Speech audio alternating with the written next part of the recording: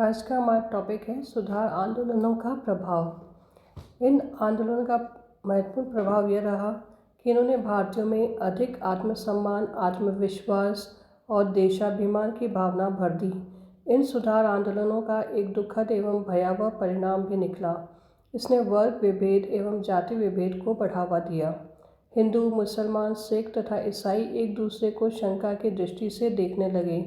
हिंदू समाज को उच्च, निम्न तथा दलित वर्गों में विभाजित कर सामाजिक विषमता को बढ़ावा दिया। प्रोफेसर विपिन चंद्र के अनुसार आधुनिक भारत में सांप्रदायिकता के जन्म के लिए अनेक कारक निश्चित रूप से जिम्मेदार थे, मगर निस्संदेह धार्मिक सुधार आंदोलनों के स्वरूप ने भी इसमें योगदान दिया। इन आंदोलनों के प्रभाव इस प्रकार थे। भाग्यवादी दृष्टिकोण ने भारतीयों को सुस्त बना दिया था।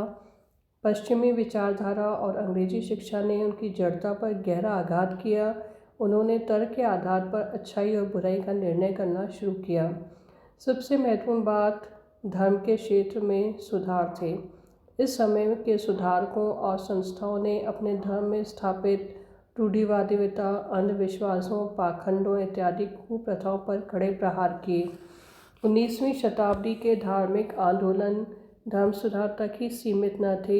समाज सुधार में इन आंदोलनों का एक मुख्य लक्ष्य था जाति प्रथा, बाल विवाह, सती प्रथा, अस्पृश्यता, अनमेल विवाह, पर्दा प्रथा इत्यादि सामाजिक कुरीतियों का विरोध किया गया और स्त्री शिक्षा, स्त्री अधिकार, अंतर्जातीय विवाह तथा विधवा विवाह को समर्थन मिला।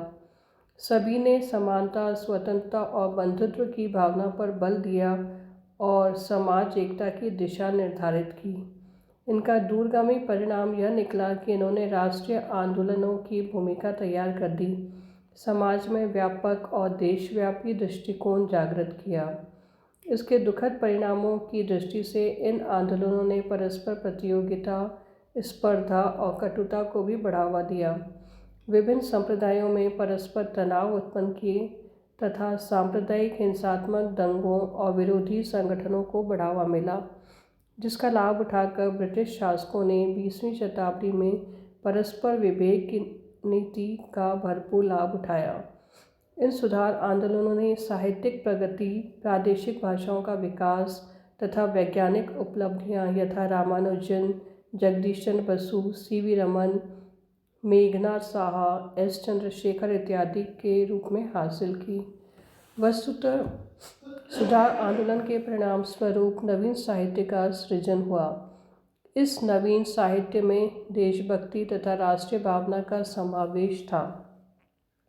भारत दूरदर्शा, आनंद मठ, गीतांजलि, वंदे मातरम इत्यादि नवीन कृतियों की रचना हुई।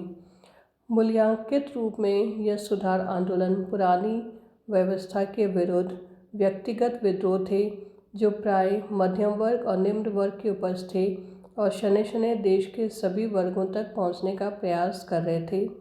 इन आंदोलनों और इनके क्रियाकलापों ने राष्ट्रीयता की जड़ों को सींचा, जिसका पौधा अंकुरित, पुष्पित और पल्लवित होकर देश की नई पीढ़ी के रूप में सामने आया। इस प्रकार सामाजिक धार्मिक सुधार आंदोलन के रूप में हुए इस पुनरुद्धार आंदोलन ने भारतीय जीवन के सभी क्षेत्रों को प्रभावित किया। धर्म, समाज, राजनीति, कला, साहित्य आदि क्षेत्रों में यह भारतीयों के विकास का आधार बना।